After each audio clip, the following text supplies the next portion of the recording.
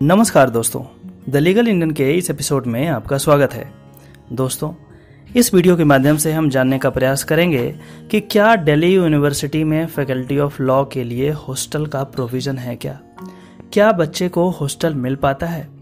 यदि मिल पाता है तो कितने बच्चों को हॉस्टल मिल पाता है, और यदि नहीं मिल पाता है तो आखिर वो कहाँ रहते हैं? हॉस्टल्स में क्या क्या प्रिविलेज है? हॉस्टल में एडमिशन आखिर कैसे होता है?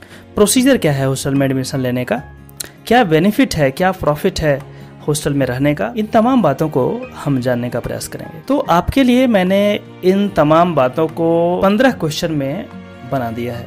मतलब ये हुआ कि एक एक करके मैं 15 क्वेश्चन बताऊंगा और उसका आंसर भी दूंगा। मैं आपको यह विश्वास के साथ कह सकता हूं कि मेरे द्वारा दी गई जानकारी बिल्कुल ऑथेंटिक होगी, क्योंकि मैं खुद दिल्ली यूनिवर्सिटी के हॉस्टल में रहा हूं।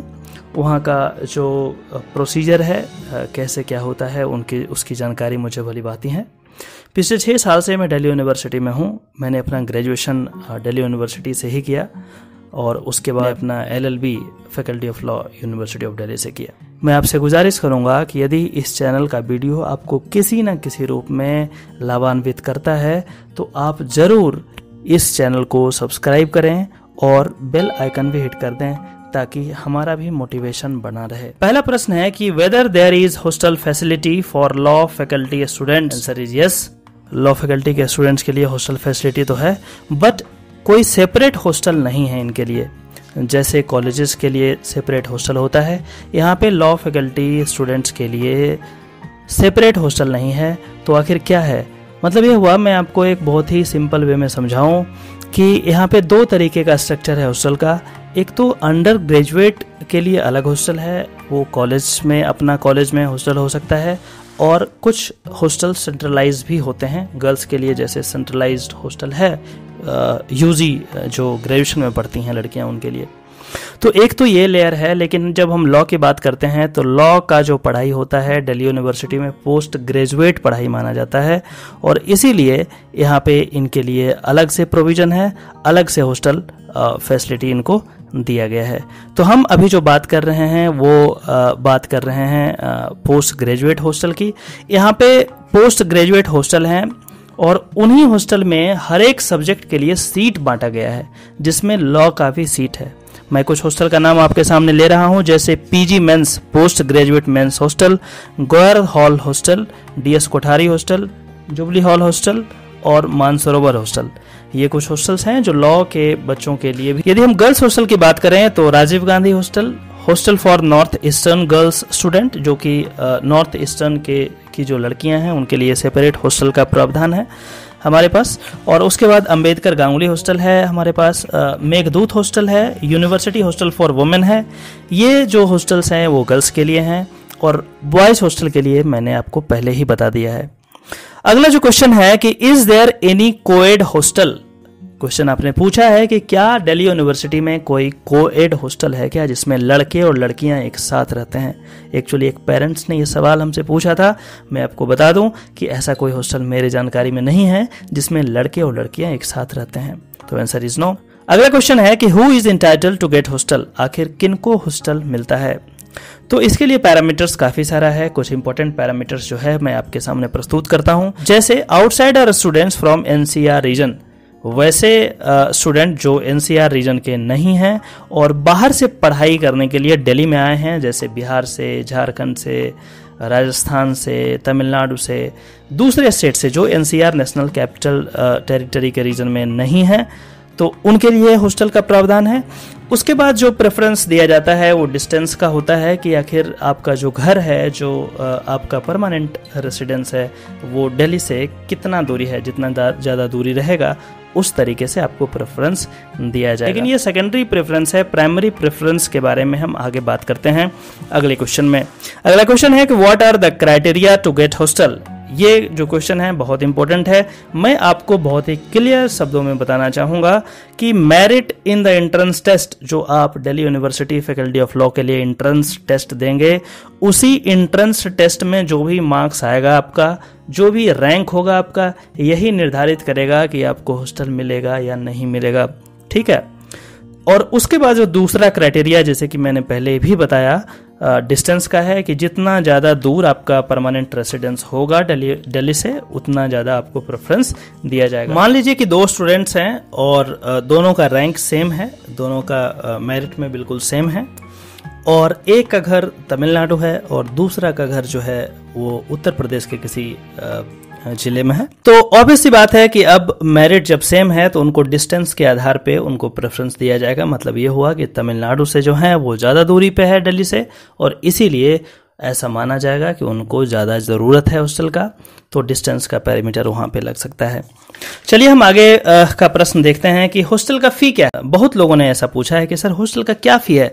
देखिए, जब मैं हॉस्टल में रहा करता था उन दिनों में तो शायद मेरे समय 3300 या 3500 पर मंथ का फ़ी लगता था, लेकिन अभी कुछ बढ़ गया है, तो मैं अप्रॉक्स जो है 5000 के आसपास या उससे कम ही होगा। एग्जैक्टली तो हम आपको नहीं बता सकते हैं क्योंकि इसमें इतने सारे हॉस्टल्स का नाम मैंने आपको गिनाया और सारे हॉस्टल्स का फ़ी अलग अलग होता है, लेकिन एक ओवरऑल पिक्चर यदि देने की बात करें तो 5000 या 5000 से कम ही होगा, इसके राउंड में होगा। आगे हम बढ़ते हैं। अगला प्रश्न है कि how many seats are there in hostel. देखिए, एग्जैक्टली नंबर तो हमारे पास नहीं है। मैंने आपको पहले ही बताया कि सेंट्रलाइज्ड हॉस्टल जो दिल्ली यूनिवर्सिटी के होते हैं, इसमें हर एक सब्जेक्ट का सीट होता है, तो लॉ का भी सीट इनमें है। तो लॉ का सीट जो है, जैसे जुबली हॉल में मेरी जानकारी जहाँ तक है 40 सीट था यहाँ पे, और उसके बाद पीजी मेंस या और भी जो हॉस्टल्स हैं इसमें कुछ कम सीट्स है। तो मैं ये कहना चाहूँगा कि ज़्यादा सीट्स नहीं हैं हॉस्टल में बच्चों के लिए। ये बहुत ही दुखद बात है। हॉस्टल्स में सीट ज़्यादा होना चाहिए, लेकिन सीट्स ऐसा नहीं है, और यही कारण है कि हॉस्टल में एडमिशन के लिए काफ़ी टफ कंपटीशन हो जाता है। तो यदि आप एग्जैक्ट सीट पता करना चाहें तो जो भी मैंने हॉस्टल का नाम आपको दिया है ऊपर, उनकी वेबसाइट पे जा करके आप चेक कर सकते हैं। आपको एग्जैक्ट सीट जो भी है उसमें वहां पे मिल जाएगा। अगला जो प्रश्न है कि सर हॉस्टल के बारे में आपने बता दिया, हॉस्टल फी के बारे में आपने बता दिया, तो आखिर प्रोसीजर क्या है हॉस्टल मिलने का, आखिर क्या करना पड़ेगा हॉस्टल लेने के लिए। सबसे पहले मैं आपको बताऊं कि आपको एडमिशन लेना पड़ेगा, और एडमिशन तब होगा जब आप एंट्रेंस एग्जाम जो है वो क्वालिफाई कर जाएंगे। जैसे ही एंट्रेंस एग्जामिनेशन क्वालिफाई करेंगे, आपका एडमिशन वहां पे हो जाएगा वेरिफिकेशन ऑफ डॉक्यूमेंट के बाद।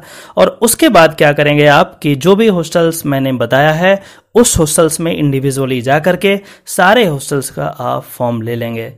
उसके बाद वो फॉर्म को फिल करके जो आपके फैकल्टी का एडमिनिस्ट्रेटिव ऑफिस है वहाँ पे जमा करेंगे। वो आपके डॉक्यूमेंट का सत्यापन करेंगे और उसके बाद जो है वहाँ पे अटेस्ट कर देंगे, और उसके बाद जो अटेस्टेड फॉर्म ऑफ हॉस्टल है उसको जाकर के हॉस्टल के एडमिनिस्ट्रेटिव ऑफिस में आप जमा कर देंगे, और उसके बाद जो लिस्ट निकलेगा उसमें यदि आपका नाम होगा तो फिर आपको मिल जाएगा। अगला जो क्वेश्चन है कि when you have to forfeit hostel facility, मतलब ये पूछा गया है कि क्या कोई ऐसा सिचुएशन है जब आपको हॉस्टल छोड़ना पड़ेगा, कोई ऐसा सिचुएशन किसी भी कारण से। तो हाँ, ऐसा काफी सारा सिचुएशन है। कुछ सिचुएशन मैं आपको बताता हूँ, जैसे when you will fail in your examination. देखिए भैया, Delhi university faculty of law में काफी लोग फेल होते हैं, तो जैसे ही आप फेल हो जाएंगे, ऑब्वियस सी बात है फिर आपको हॉस्टल क्यों दिया जाएगा। तो यदि आपको हॉस्टल मिल जाता है तो आप अच्छे से पढ़ाई करें, और बिल्कुल भी फेल नहीं होना है। फेल यदि होंगे तो आपको हॉस्टल से निकाल दिया जाएगा। इसके बारे में विस्तृत जानकारी आप अपने हॉस्टल में जो भी प्रोस्पेक्टस है वहाँ से ले सकते हैं, लेकिन ये प्रोविज़न ऑलमोस्ट सारे हॉस्टल में है क्योंकि दिल्ली यूनिवर्सिटी के रूल्स के अकॉर्डिंग सारे हॉस्टल चलते हैं। दूसरा है, यदि कोई डिसिप्लिनरी प्रोसीडिंग आपके साथ हुआ है तो उसमें भी आपको हॉस्टल से निकाला जा सकता है। जैसे लड़ाई झगड़ा करना, सेक्सुअल असॉल्ट का केस हो जाए, सेक्सुअल हरेसमेंट का केस हो जाए, कुछ इस तरीके की चीज़ें यदि होगी तो आपको हॉस्टल से निकाला जा सकता है। विशेष जानकारी के लिए आप उस पार्टिकुलर हॉस्टल का जो प्रोस्पेक्टस है उसको चेक करें, आपको कुछ जरूर इस तरीके का चीज मिलेगा उसमें। अगला जो क्वेश्चन है, can you keep 2 wheeler vehicle, motorcycle, scooty etcetera in your hostel. बिल्कुल सही प्रश्न है और मैं जवाब भी आपको दे दूं। ऐसी कोई बंदिशें नहीं है, कोई पाबंदी नहीं है, कोई रिस्ट्रिक्शंस नहीं है कि आप 2 व्हीलर्स नहीं रख सकते। हाँ, कुछ हॉस्टल्स में ये बात ज़रूर है कि आप 4 व्हीलर्स नहीं रख सकते हैं क्योंकि ये काफ़ी स्पेस लेता है, और यदि सारे लोग 4 व्हीलर लाना शुरू कर देंगे तो हॉस्टल के पास पार्किंग नहीं है। तो यस, 2 व्हीलर के लिए कोई प्रॉब्लम नहीं है। सारे हॉस्टल में 2 व्हीलर के लिए बिल्कुल प्रोविजन है, आप रख सकते हैं स्कूटी या बाइक, जो भी आपको उचित लगे। अगला जो प्रश्न है कि whether girls are allowed to visit boys hostel. देखिए, कोई भी बॉयज हॉस्टल है जो कि पोस्ट ग्रेजुएट लेवल का हॉस्टल है, उसमें कोई भी बंदिशें नहीं है, लड़कियां आ सकती है, लड़कियां जा सकती है। हाँ, समय का पाबंदी जरूर है कि हाँ रात में वो नहीं रुक सकती हैं, या बहुत सारे हॉस्टल में 9 o'clock इन द इवनिंग वहाँ पे उसके बाद नहीं रुक सकती है। अगला जो प्रश्न है वो कहता है कि whether boys are allowed to visit girls hostel, क्या बॉयज जो हैं वो गर्ल्स हॉस्टल जा सकते हैं क्या? देखिए, गर्ल्स हॉस्टल तो आप जरूर जा सकते हैं विथ सम रिस्ट्रिक्शंस। टाइमिंग का रिस्ट्रिक्शन जैसे है, बहुत सारे हॉस्टल्स में जैसे 2 घंटा या 4 घंटा इस तरीके का लीवरेज है, जब आप उस टाइम में आप जा सकते हैं। और उसके बाद जो है you can not go beyond the guest room. सारे गर्ल्स हॉस्टल में गेस्ट रूम है, आप गेस्ट रूम में जा सकते हैं, वहाँ पे बात संवाद कर सकते हैं, बातचीत कर सकते हैं, केक काट सकते हैं, बर्थडे मना सकते हैं, लेकिन इसके बियॉन्ड आप नहीं जा सकते। चलिए आगे बढ़ते हैं। अगला जो क्वेश्चन है, what if you don't get hostel. Obvious सी बात है, जब सीट्स काफ़ी कम हैं तो हो सकता है कि आपको हॉस्टल नहीं मिले। हो क्या सकता है, बहुत सारे ऐसे 90% लोग ऐसे होंगे जिनको हॉस्टल नहीं मिलेगा, तो वो क्या करेंगे? आपका एडमिशन यदि हो गया है तो हॉस्टल मिले या ना मिले ज़्यादा फर्क नहीं पड़ता। फाइनेंस का कुछ फर्क पड़ता है, तो आप बाहर फ्लैट ले सकते हैं, बाहर पीजी एकोमोडेशन अवेलेबल होता है, वहाँ रह सकते हैं कैंपस के आसपास ही, तो इसमें कोई इशू नहीं है। हाँ, ये बात ज़रूर है कि आपका जो खर्च है थोड़ा बढ़ जाएगा। यूजुअली 5-6 हज़ार में आपका काम हो जाता है यदि हॉस्टल मिल जाता तो, और यदि हॉस्टल नहीं मिलेगा तो वही खर्च जो है डबल हो जाएगा, 10-12 हज़ार के आसपास लग सकता है। अगला एक क्वेश्चन है कि can I get hostel after 1 year. मतलब ये कहना चाहते हैं कि यदि पहले बार में मेरा रैंक सही नहीं आया और हॉस्टल किसी कारणवश नहीं मिल पाया, तो क्या हम अगले साल यदि मेरा परफॉर्मेंस अच्छा रहा है तो क्या हॉस्टल मिल सकता है? बिल्कुल मिल सकता है, लेकिन इसके लिए मैंने आपको बताया कि जो बच्चे फेल हो जाते हैं उनको बाहर निकाल दिया जाता है। तो जो बच्चे फेल होंगे और जो सीट खाली हो जाएगा उनको बाहर निकालने के बाद तो वो सीट पे आपको लिया जा सकता है। और प्रोसीजर सेम है, आप हॉस्टल फॉर्म लेंगे और उसके बाद जो है टेस्ट कराएंगे अपने ऑफिस में जा करके और फिर से हॉस्टल में जमा कर देंगे, और यदि उनको मेरिट के हिसाब से आपका नंबर आ जाएगा तो आपको दिया जा सकता है। दोस्तों, यदि ये वीडियो आपको पसंद आता है तो आप इसे थम्स अप दें, इस चैनल को सब्सक्राइब करें और बेल बटन भी दबा दें ताकि आगे आने वाला वीडियो जो है आप तक पहुंच जाए। और एक और बात जो सबसे इंपॉर्टेंट है, इस वीडियो को अपने आसपास के लोगों में शेयर करें।